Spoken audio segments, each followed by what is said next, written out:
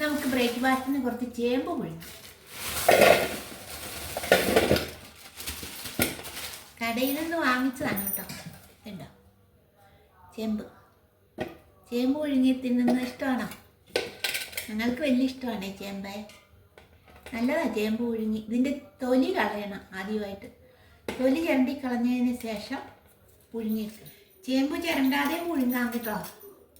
തൊലിയോടെ പുഴുങ്ങാം. നന്നായിട്ട് കഴുകിയതിന് ശേഷം തൊലിയോടെയും പുഴുങ്ങാം. അതിന് ശേഷം തൊലി പൊളിച്ച് കളഞ്ഞിട്ട് വേണം കഴിക്കാൻ.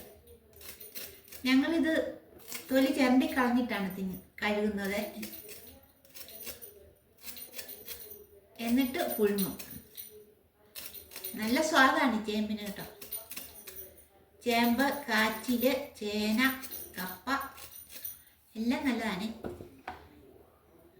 കാച്ചിലും ചേമ്പും കപ്പയും ഉണ്ട്, കൃഷിയുണ്ട്. ചേന മാത്രം ഇല്ല കേട്ടോ. ചേന നടാൻ പറ്റിയിട്ടില്ല.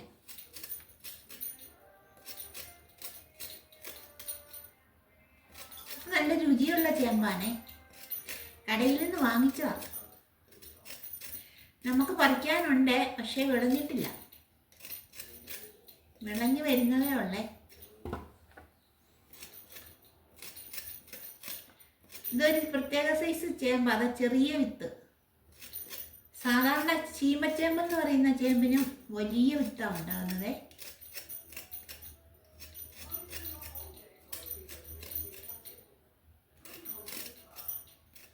നമ്മുടെ ചേമ്പ് ചരണ്ടി തീർന്നു കേട്ടോ.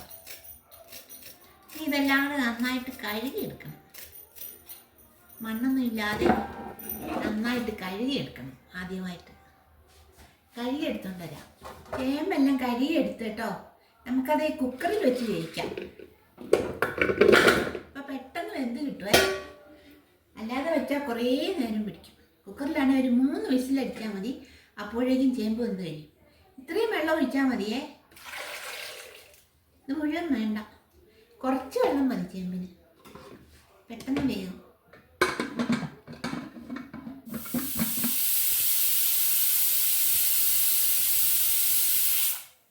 കുക്കറിന് ഒരു 2-3 വിസിൽ വന്നിട്ടോ. ഇനി നമുക്ക് തീ ഓഫ് ചെയ്യാം.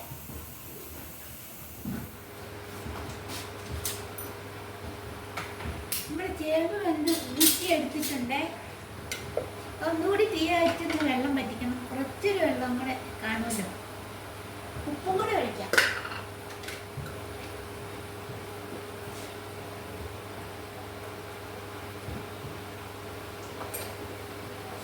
ഉപ്പും കൂടെ ഒഴിച്ച് കുറച്ച് നേരം ഒന്ന് തീയെല്ലാം ഒന്ന് പറ്റണം. ഒരു 5 മിനിറ്റ് ഇരുന്നാൽ മതി. വെള്ളം ഒന്ന് പറ്റിക്കോളൂ. അപ്പോഴേക്കും നമ്മുടെ മുളകും കൂടെ റെഡി ആയിട്ടുണ്ട്. മുളക് ചമ്മന്തി. കപ്പയും കാച്ചിലും എല്ലാം നല്ലത് മുളക് ചമ്മന്തിയാണ്. പാത്രത്തിലേക്ക് എടുക്കാട്ടോ.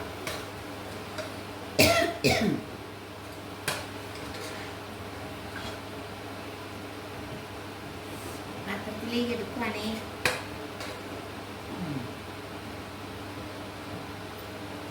വായു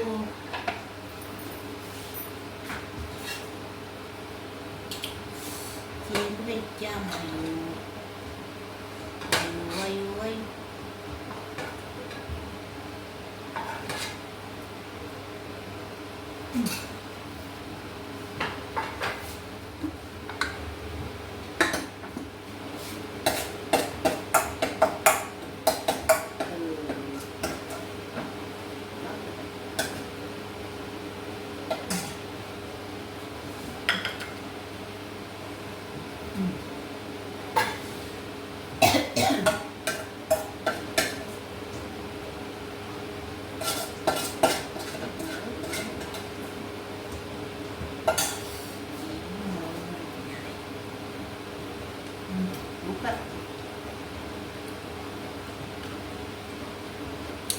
ഇന്നത്തെ വീഡിയോ ഇത്രയുള്ളേ.